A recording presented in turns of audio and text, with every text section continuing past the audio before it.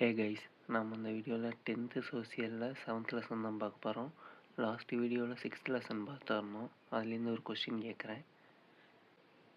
1806 ஜூலை 10 அன்னைக்கு நடந்த வேலூர் புரட்சியில் முதல்ல கொல்லப்பட்டவர் யார் அப்படின்னு கமெண்ட் பண்ணுங்கள்.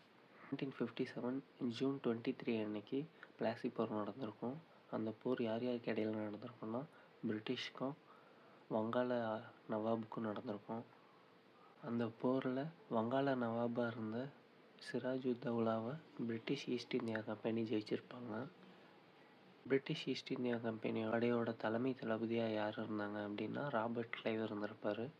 மீர் ஜாஃபர் அப்படிங்கிறவர் ராபர்ட் கிளைவுக்கு ரகசியமாக ஹெல்ப் பண்ணியிருப்பார். அப்படிங்கிறவர் யாருன்னா வங்காள நவாப் படைக்கு தலைமையிட்டு இருந்தவர். அது மட்டும் இல்லாமல் சிராஜுத்தௌலாவோட சித்தப்பா.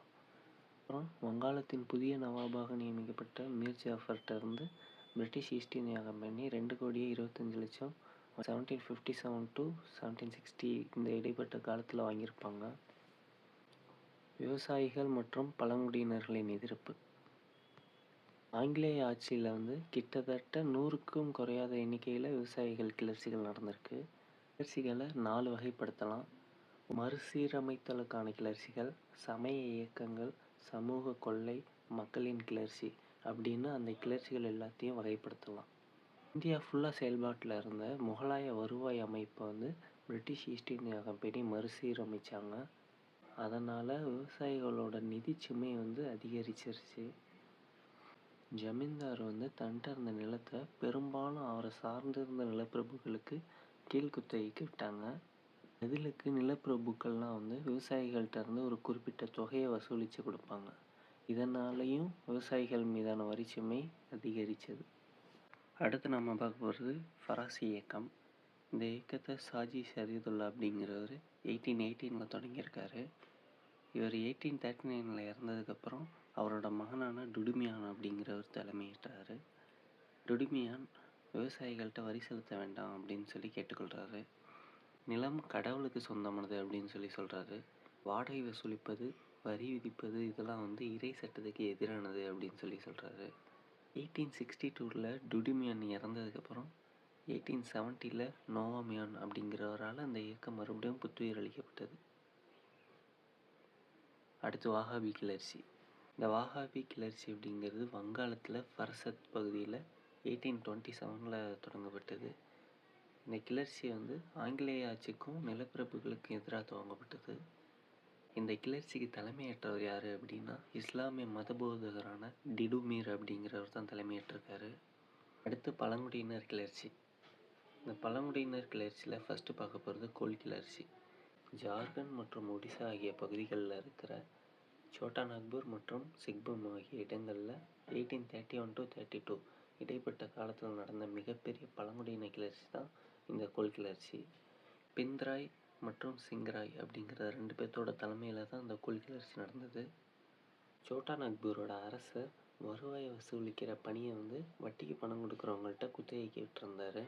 அதிக வட்டிக்கு பணம் கொடுத்தல் மற்றும் பழங்குடியினரை கட்டாயப்படுத்தி வெளியேற்றுதல் போன்றதெல்லாம் நடக்குது. அதனால் கோபமடைந்த கோல் இனத்தவர்கள் வெளியாட்கள் மீது தாக்குதல் நடத்துதல், கொள்ளையடித்தல், கலவரம் செய்தல் போன்றதில் ஈடுபடுறாங்க. அதனை அடுத்து வட்டிக்கு பணம் கொடுக்குறவங்களும் வர்த்தகர்களும் கொல்லப்படுறாங்க. கடைசி ஆங்கிலேய அரசு பெரிய அளவிலான வன்முறை மூலம் இந்த கிளர்ச்சியை அடைக்கிறாங்க. அடுத்து சாந்தலர்களின் கிளர்ச்சி. இவங்க ராஜ்மஹால் மலையை சுற்றி இருந்த வனத்தில் வாழ்ந்தாங்க. இவங்க தங்கியிருந்த இடத்துலேருந்து கட்டாயப்படுத்தி வெளியேற்றப்பட்டாங்க. ரயில்வே கட்டுமான பணியில் ஈடுபட்டிருந்த ஐரோப்பிய அதிகாரிகள் மற்றும் உள்ளூர் காவலர்களால் இவர்கள் ஒடுக்கப்பட்டார்கள். பீர் சிங் அப்படிங்கிறவரோட தலைமையில் 1854 பல இடங்களில் சமூக கொள்ளை நடவடிக்கைகள் நடந்திருக்கு. இந்த கொள்ளை நடவடிக்கைகள்லாம் யாரை குறி வச்சு நடத்தினாங்க அப்படின்னா மகாஜன்களையும் வர்த்தகர்களையும் குறி வச்சு நடத்தினாங்க. 1855 சித்தூர் மற்றும் கனு அப்படின்னு 2 சாந்தர் பிரதர்ஸ் சேர்ந்து இந்த கிளர்ச்சிக்கு தலைமையேற்று நடத்த சொல்லி கடவுள்கிட்ட இருந்து அவங்களுக்கு தேவி செய்தி கிடைத்ததாக அறிவிக்கிறாங்க. வில்லு, விஷம் தடவிய அம்பு, கோடாரிகள், கத்திகள்னு இந்த ஆயுதத்தெல்லாம் எடுத்துக்கிட்டு ராஜ்மஹால் மற்றும் பாகல்பூர் நோக்கி கம்பெனி ஆட்சிக்கு முடிவு கட்டு போவதாக முழக்கமிட்டபடி செல்கிறாங்க. இறுதியாக இந்த கிளர்ச்சி ஒடுக்கப்பட்டு 1855 சாந்தலர்களோட வசம் இருந்த பகுதியில் ஒழுங்குபடுத்துறதுக்காக சாந்தல் பர்கானா மண்டலம் அப்படின்னு சொல்லி ஒரு தனி மண்டலத்தை உருவாக்கி ஒரு சட்டம் நிறைவேற்றினாங்க. உலுகுலன் கிளர்ச்சின்னு அழைக்கப்படுற அந்த முண்டா கிளர்ச்சி பழங்குடியின கிளர்ச்சிகளில் மிக முக்கியமானதாக அறியப்படுது. நிலத்தை வைத்துக்கொண்டு குண்டக்கட்டி அப்படிங்கிற முறையில் விவசாயம் பண்ணுறதில் இவங்க பெயர் பெற்றவங்க. பிர்சா முண்டா தம்மை கடவுளோட தூதர் அப்படின்னு சொல்லி அறிவிக்கிறாரு. இவருக்கு இறை தொடர்பு இருக்கணும், இவங்களோட பிரச்சனைகளுக்கெல்லாம் தீர்வு காணப்போவதாகவும் சொல்லி மக்களோட அரசு நிறுவ போகிறேன் அப்படின்னு சொல்லி அவர் உறுதியளிக்கிறாரு. 1889 டிசம்பர் 25 அன்னைக்கு அவங்க வன்முறையை கையில் எடுக்கிறாங்க. கிறிஸ்தவ தூதுக்குழுக்கள் மீதும் கிறிஸ்தவர்களாக மாறிய முண்டாக்கள் மீதும் அவங்க அம்பெறிந்து தாக்குதல் நடத்துகிறாங்க. காவல் நிலையங்களும் தாக்கப்பட்டன, அரசு அதிகாரிகளும் தாக்கப்பட்டாங்க. இறுதியாக இந்த கிளர்ச்சி முடக்கப்பட்டு 1900 பிப்ரவரி மாதம் கைது செய்யப்பட்ட பிர்சா முண்டா பின்னர் ஜெயிலே உயிரிழந்துடுறாரு. 1908 சோட்டா நாக்பூர் குத்தகை சட்டம் நிறைவேற்றப்பட்டு பழங்குடியின நிலத்தில் பழங்குடியினர் அல்லாதவங்க நுழையிறது தடுக்கப்பட்டது. அடுத்து 1857 நடந்த பெரும்புரட்சி முதல் இந்திய சுதந்திர போர் அப்படின்னு சொல்லி அழைக்கப்படுது. இராணுவ வீரர்களும் அதோடு சேர்ந்து ஆயுதமேந்திய படைகளும் இணைந்து நடந்த முதல் மாபெரும் புரட்சி இதுதான். முன் எப்போதும் இல்லாத அளவுக்கு கிளர்ச்சி வன்முறை வெடித்தது. பிரிட்டிஷ் ஈஸ்ட் இந்தியா கம்பெனியை முடிவுக்கு கொண்டு இந்தியா பிரிட்டிஷோட காலனிஸில் ஒன்றா மாற காரணம் இந்த புரட்சி தான். அதிக நிலத்தை இந்த 2 கொள்கைகளின்படி இணைத்து கொண்டாங்க. என்னென்னா மேலாதிக்க கொள்கை மற்றும் வாரிசு இழப்பு கொள்கை. இந்த சதாரா, சம்பல்பூர், பஞ்சாபில் சில இடங்கள், ஜான்சி மற்றும் நாக்பூர் போன்ற இடங்கள்லாம் இந்த வாரிசு இழப்பு கொள்கையின்படி ஆங்கிலேய ஆட்சியின் கீழ் கொண்டு வரப்பட்டிருக்கு. புதிய என்ஃபீல்டு துப்பாக்கிக்கு வழங்கப்பட்ட தோட்டாக்கள் பற்றிய வதந்திகள் தான் இந்த புரட்சி நடக்கிறதுக்கான முக்கிய காரணம். பசு மற்றும் பன்றியோட கொழுப்புலேருந்து தயாரிக்கப்பட்ட கிரீஸ் இந்த கேத்ரேஜ்களில் பயன்படுத்தப்பட்டிருக்கு அப்படின்னு சொல்லி சிப்பாய்கள் பெரிதும் சந்தேகம் கொண்டாங்க. மார்ச் 29 அன்னைக்கு மங்கள் பாண்டே அப்படிங்கிற சிப்பாய் ஐரோப்பிய அதிகாரியை தாக்குறாரு. அதுக்கப்புறம் மங்கள் பாண்டேயும் இன்னும் சிலரும் நீதிமன்றத்தில் ஆஜர்படுத்தப்பட்டு தூக்கிலிடப்பட்டாங்க. 1857 மே மாதம் 11 மீரட்டில் இருந்து டெல்லி செங்கோட்டை நோக்கி ஒரு குழுவாக சிப்பாய்கள் அணிவகுத்து சென்றாங்க.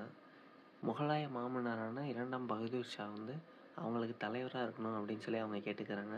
2ஆம் பகதூர் ஷா ஃபஸ்ட்டு தயங்கினாலும் அதுக்கப்புறம் அவர் மாமன்னராக பதவி ஏற்றுக்கிறாரு. வடமேற்கு மாகாணம் மற்றும் அயோத்தி பகுதிகளை கிளர்ச்சியாளர்கள் கைப்பற்றுறாங்க. இங்கே தான் முதல்ல உள்நாட்டு கிளர்ச்சி வெடித்தது. இந்த பெருங்கிளர்ச்சி நடந்த முக்கிய மையங்கள்லாம் இதுதான்: அம்பாலா, டெல்லி, மீரட், பரேலி, ஆக்ரா, குவாலியர், ஜான்சி, கான்பூர், லக்னோ, அலகாபாத், பனாரஸ், பாரக்பூர். பாதிக்கப்பட்ட அரசர்கள், அரசிகள், நவாப்புகள், ஜமீன்தார்கள்லாம் பிரிட்டிஷ்க்கு எதிராக இந்த கிளர்ச்சியில் ஈடுபட்டாங்க. கடைசி பேஷ்வா மன்னரான 2வது பாஜிராவோட தத்து பிள்ளையான நானா சாஹிப் கான்பூர் பகுதியில் இந்த கிளர்ச்சிக்கு தலைமை தாங்கினார். லக்னோவில் பேகம் ஹசரத் மஹாலும் பரேலியில் கான் பகதூரும் அவங்களோட பகுதியில் இந்த கிளர்ச்சிக்கு தலைமையேற்றாங்க. வங்காளத்தின் தலைமை ஆளுநராக இருந்த டல்ஹௌசி லட்சுமி பாயோட கணவர் இறந்ததுக்கப்புறம் வாரிசாக ஒரு ஆண் பிள்ளையை தத்தெடுத்துக்க அனுமதி தர மறுத்துறாரு. அதுக்கப்புறம் வாரிசு இழப்பு கொள்கையின் அடிப்படையில் அவங்களோட அரசு ஆங்கிலேய அரசுடன் இணைக்கப்பட்டது. பகதூர் ஷா, ஜாபர், கன்வர் சிங், கான் பகதூர், ராணி லட்சுமி பாய்னு பலரும் இந்த கிளர்ச்சிக்கு தலைமை தாங்கினாங்க. 1857 ஜூன் மாதத்துலலாம் டெல்லி, மீரட்டு, ரோஹில்கண்ட், ஆக்ரா, அலகாபாத், பனாரஸ் ஆகிய மண்டலங்கள்லாம் இந்த கிளர்ச்சி ஒடுக்கப்பட்டு கடுமையான இராணுவ சட்டம் அமல்படுத்தப்படுது. தோல்விக்கான காரணங்கள்லாம் என்னென்ன அப்படின்னா, காலனி அரசுக்கு விசுவாசமாக இருந்தும் ஆங்கிலேய அதிகாரத்தை பார்த்து பயந்தும் சில இந்திய அரசர்களும் ஜமீன்தார்களும் ஒதுங்கியே இருந்தாங்க. குறைந்த அளவே ஆயுதங்களும் வெடிப்பொருளும் கிடைச்சிருக்கு, சில இடங்களில் கிடைக்காமலும் இருந்தது. ஆங்கில அறிவு பெற்றிருந்த நடுத்தர வகுப்பு இந்த கிளர்ச்சிக்கு ஆதரவு தெரிவிக்கலை. மத்திய தலைமை இல்லாததும் இந்த கிளர்ச்சி தோல்வி அடைகிறதுக்கான முக்கிய காரணமாக அமைஞ்சிருக்கு. சிறைப்பிடிக்கப்பட்ட பகதூர் ஷா பர்மாவுக்கு கொண்டு செல்லப்பட்டார். 1858 நவம்பர் மாதம் இந்திய அரசு சட்டம் பிரிட்டிஷ் நாடாளுமன்றத்தில் ஏற்றுக்கொள்ளப்படுது. அதன்படி ஆங்கிலேய அரசின் காலனிகளில் ஒன்றாக இந்தியா அறிவிக்கப்படுது. இந்திய மக்களுக்கு விக்டோரியா அரசி செய்த அறிவிப்பில் பாரம்பரிய நிறுவனங்கள் மற்றும் மதம் தொடர்பான விஷயங்களில் ஆங்கிலேய அரசு தலையிடாது அப்படின்னு சொல்லி தெரிவிக்கிறாங்க. அரசு பணிகளில் இந்தியர்கள் சேர்த்து கொள்ளப்படுவார்கள் என்றும் உறுதியளிக்கப்பட்டது. இந்திய இராணுவத்தில் 2 முக்கியமான மாற்றங்கள் செஞ்சாங்க. அதில் ஃபஸ்ட்டு இந்தியர்களோட எண்ணிக்கை வெகுவாக குறைக்கப்பட்டது. செகண்டு, முக்கியமான பதவிகள் மற்றும் பொறுப்புகள் வகிக்கிறதுலேருந்து இந்தியர்களை விலக்கி வச்சாங்க. இந்திய சமூகத்தின் சாதி, மதம், மொழி, மண்டலம் ஆகிய வேறுபாடுகளை பிரிட்டிஷ் அவங்களுக்கு சாதகமாக யூஸ் பண்ணிக்கிட்டாங்க. இதை தான் பிரித்தாளும் கொள்கை அப்படின்னு சொல்லி அறியப்படுது. பிரிட்டிஷ் ஆட்சியின் கீழ் விவசாயிகளின் கிளர்ச்சி. நம்ம ஏற்கனவே பார்த்த விவசாயிகளோட கிளர்ச்சி பிரிட்டிஷ் ஈஸ்ட் இந்தியா கம்பெனி ஆட்சி செஞ்சுக்கிட்டு இருந்தப்போ நடந்தது. இப்போ நம்ம பார்க்க போகிறது பிரிட்டிஷ் க்ரௌனோட ஆட்சியில் நடந்த விவசாயிகளோட கிளர்ச்சி. ஃபஸ்ட்டு இண்டிகோ கிளர்ச்சி 1859 to 1860. இண்டிகோ அப்படிங்கிறது டை செய்கிறதுக்காக பயன்படுத்துகிற ஒரு செடி. இந்த செடியை இந்தியாவில் பயிரிட்டு இங்கிலாந்துக்கு ஏற்றுமதி பண்ணாங்க. இந்திய விவசாயிகள்லாம் இந்த பயிரை பயிரிடுமாறு நிர்பந்திக்கப்பட்டாங்க. ஆங்கிலேய முகவர்கள் பயிரிடுவோருக்கு நிலத்துக்கான வாடகை மற்றும் இதர செலவுக்காக ரொக்க பணத்தை முன்பணமாக கொடுத்துருவாங்க. ஆனால் அந்த முன்பணத்தை மறுபடியும் வட்டியோடு திருப்பி செலுத்தணும். விவசாயிகள் வேண்டா வெறுப்பாக இந்த செடியை பயிரிட்டாலும் கடைசியில் இண்டிகோ பயிருக்கு மிக குறைந்த விலையே விவசாயிகள் ஆங்கிலேய முகவர்கள்ட்ட இருந்து பெற்றாங்க. லாபமே கிடைக்காத சூழலையும் மறுபடியும் இண்டிகோ செடியை பயிரிடும்படி ஒப்பந்தத்தை மேற்கொள்ள விவசாயிகள் கட்டாயப்படுத்தப்படுறாங்க. இந்த கிளர்ச்சி வேலை நிறுத்த வடிவில் தொடங்குச்சு. வங்காளத்தின் நடியா மாவட்டத்தில் ஒரு கிராமத்தை சேர்ந்த விவசாயிகள் இனி இங்கே இண்டிகோ பயிரிட போவதில்லை அப்படின்னு சொல்லி மறுப்பு தெரிவித்து வேலை நிறுத்தத்தில் ஈடுபடுறாங்க. பின்னர் இந்த வேலை நிறுத்தம் வன்முறையை வெடித்தது. இந்து மற்றும் முஸ்லீம் விவசாயிகள் இந்த கிளர்ச்சியில் பங்கேற்றாங்க. முக்கியமாக பெண்களும் ஆண்களோடு சேர்ந்து இந்த போராட்டத்தில் பங்கேற்றாங்க. நீல் தர்பன் அப்படிங்கிற தலைப்பில் தீனபந்து மித்ரா அப்படிங்கிறவங்க ஒரு நாடகத்தை எழுதினாங்க. இந்த நீல் தர்பன் அப்படிங்கிறதோட மீனிங் என்ன அப்படின்னா, இண்டிகோவின் கண்ணாடி. தக்கான கலவரங்கள் 1875 மே மாதம் தக்காணத்தில் வட்டிக்கு பணம் கொடுக்குறவங்களுக்கு எதிரான கலவரங்கள் வச்சது. பூனாவுக்கு அருகே இருந்த சூபா அப்படிங்கிற கிராமத்தில் தான் முதல்ல இந்த கலவரம் வெடிச்சிருக்கு. பூனா மற்றும் அகமது நகர் ஆகிய பகுதிகளில் சுமார் 30 கிராமங்களில் இதே போன்ற கலவரங்கள் பதிவு செய்யப்பட்டிருக்கு. ஐஎன்சி நிறுவப்படுறதுக்கு முன்னாடியே 1852 சென்னை வாசிகள் சங்கம் அப்படிங்கிற அமைப்பை கஜலு லட்சுமி நரசு அப்படிங்கிறவர் நிறுவியிருப்பார். கிழக்கிந்திய அமைப்பு அப்படின்னு 1866 தாதாபாய் நௌரோஜி லண்டனில் நிறுவியிருப்பார். இதுக்கு முன்னாடி 1865 லண்டன் இந்தியன் சொசைட்டி அப்படிங்கிற அமைப்பை நிறுவியிருப்பார்.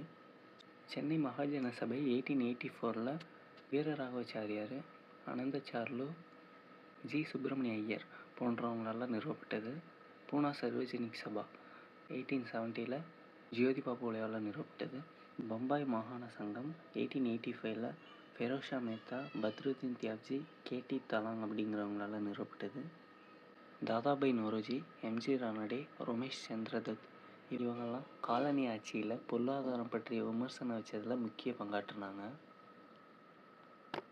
இந்த இந்திய தேசிய காங்கிரஸ் 1885 ஆலன் ஆக்டோவியன் ஹியூம் அப்படிங்கிறவரால் தான் நிறுவப்பட்டது. அதனால் ஏஓ ஹியூம் தான் father of Indian National Congress அப்படின்னு அழைக்கப்படுறாரு. 1885 டிசம்பர் 28 அன்னைக்கு ஐஎன்சியோட முதல் கூட்டம் நடக்குது. இதோட முதல் தலைவராக யார் இருந்தா அப்படின்னா டபிள்யூசி பேனர்ஜி இருந்திருப்பார். இந்த ஐஎன்சியோட முக்கிய கோரிக்கைகள்லாம் என்னென்ன அப்படின்னா, மாகாணம் மற்றும் மத்திய அளவில் சட்ட மேலவைகளை உருவாக்குறது, அந்த சட்ட மேலவைக்கு தேர்ந்தெடுக்கப்படும் உறுப்பினர்களின் எண்ணிக்கையை அதிகரிப்பது, நிர்வாகத்திலிருந்து நீதித்துறையை பிரிப்பது, இராணுவ செலவுகளை குறைப்பது, உள்நாட்டு வரிகளை குறைப்பது, நீதிபதி மூலமாக விசாரணையை விரிவு செய்வது, ஒரே நேரத்தில் இந்தியாவிலையும் இங்கிலாந்துலேயும் சிவில் சர்வீஸ் எக்ஸாம்ஸை நடத்துறது, காவல்துறை சீர்திருத்தங்கள், வனச்சட்டத்தை மறுபரிசீலனை செய்தல், இந்திய தொழிற்சாலைகளில் மேம்பாடு மற்றும் முறையற்ற கட்டணங்கள் மற்றும் கலால் வரிகளை முடிவுக்கு கொண்டு வருவது. இதெல்லாம் ஐஎன்சியோட முக்கிய கொள்கைகளாக இருந்தது. மிதவாத கோரிக்கைகளில் ஒரு சிலது நிறைவேற்றப்பட்டாலும் மற்றபடி பயனளிக்கலை. அதனால் மிதவாதிகளை தீவிர தேசியவாதிகள் விமர்சித்தாங்க. அடுத்து வங்க பிரிவினை. இதை செஞ்சது கர்சன். இவர் ஹிந்துஸையும் முஸ்லீம்ஸையும் பிரிக்க நினச்சார். முகலாயர்களோட ஆட்சி காலத்தில் கூட அனுபவிக்காத ஒற்றுமையாக முஸ்லீம்கள் கிழக்கு வங்காளம் என்னும் புதிய மாகாணத்தில் அனுபவிப்பாங்க அப்படின்னு சொல்லி கர்சன் உறுதியளித்தார். இந்த வங்க பிரிவினை செஞ்சதுக்கு காரணமே மத அடிப்படையில் வங்காள மக்களை பிரிக்கிறதுக்கு தான். ஆனால் இந்த செயல் வங்காள மக்களை பிரிக்கிறதுக்கு பதிலாக ஒன்றிணைச்சது. இந்த பிரிவினைக்கு எதிரான இயக்கங்கள்லாம் தோன்றுனுச்சு. பிரிட்டிஷ் பொருட்களை புறக்கணிக்கிறது இதில் ஒரு முறையாக இருந்துச்சு. இந்த இயக்கத்தை விரிவு செய்கிறதுக்கு மிகப்பெரிய அளவில் பொதுமக்கள் போராட்டத்தை துவங்கிறதுக்கு ஆதரவாக இருந்தாங்க. இந்த வங்க பிரிவினை வந்து எப்போ அஃபிஷியலாக பிரிக்கப்பட்டது அப்படின்னா 1905 அக்டோபர் 16 அன்னைக்கு தான். அந்த நாள் துக்க நாளாக அறிவிக்கப்பட்டது. ஆயிரக்கணக்கானவங்க கங்கை நதியில் புனித நீராடி வந்தே மாதரம் பாடலை பாடியபடி கொல்கத்தாவோட சாலைகளில் அணிவகுத்து சென்றாங்க. 1906க்கு அப்புறம் சுதேசி இயக்கம் மாற்றுப்பாதையில் செல்ல தொடங்குனுச்சு. அந்நிய பொருட்களை புறக்கணிப்பது, அரசு பள்ளிகள் கல்லூரிகளை புறக்கணிப்பது, நீதிமன்றங்கள் பட்டங்கள் மற்றும் அரசு சேவைகளை புறக்கணிப்பது, சுதேசி தொழிற்சாலைகளை மேம்படுத்துவது, பொறுத்து கொள்ளும் அளவை தாண்டி ஆங்கிலேயர்களோட அடக்குமுறை இருந்துச்சு அப்படின்னா ஆயுதமேந்திய போராட்டத்துக்கு ஆயத்தமாகுது அப்படின்னு சொல்லி இந்த 4 அம்சங்கள் பின்பற்றப்பட்டன. தீவிர தேசியவாதிகளில் 3 முக்கிய தலைவர்கள் யாருன்னா பஞ்சாபோட லாலா லஜபதி ராய், மகாராஷ்டிராவோட பாலகங்காதர திலகர், வங்காளத்தோட பிபின் சந்திரபால். இவங்க 3 பேரும் லால் பால் பால் அப்படின்னு சொல்லி குறிப்பிடப்படுறாங்க. தென்னிந்தியாவில் வஉசி சுதேசி கப்பல் நிறுவனத்தை தொடங்கியிருப்பார். அடுத்து தன்னாட்சி இயக்கம்னு அழைக்கப்படுற ஹோம் ரூல் மூமெண்ட் 1916 to 1918. இது வட இந்தியாவில் பாலகங்காதர திலகராலையும் தென்னிந்தியாவில் அன்னி பெசன்ட்டாலையும் தொடங்கப்பட்டுச்சு. இந்த இயக்கம் தோன்றதுக்கான ரீசன் என்ன அப்படின்னா முதல் உலகப் போரும் இந்தியா அந்த போரில் பங்கேற்றதும் தான்.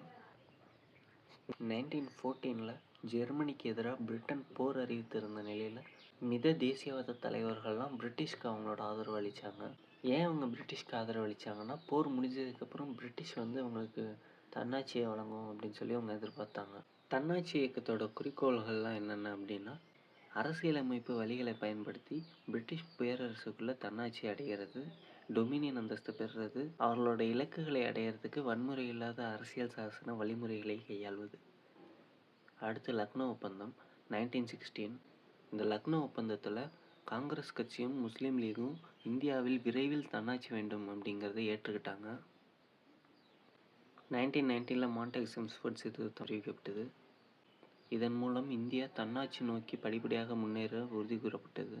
இதை தொடர்ந்து 1919 வாரண்ட்டே இல்லாமல் அரெஸ்ட் பண்ணக்கூடிய ரவுலட் சட்டம் அமல்படுத்தப்பட்டது. இந்த வீடியோ உங்களுக்கு யூஸ்ஃபுல்லாக இருக்கும்னு நினைக்கிறேன்.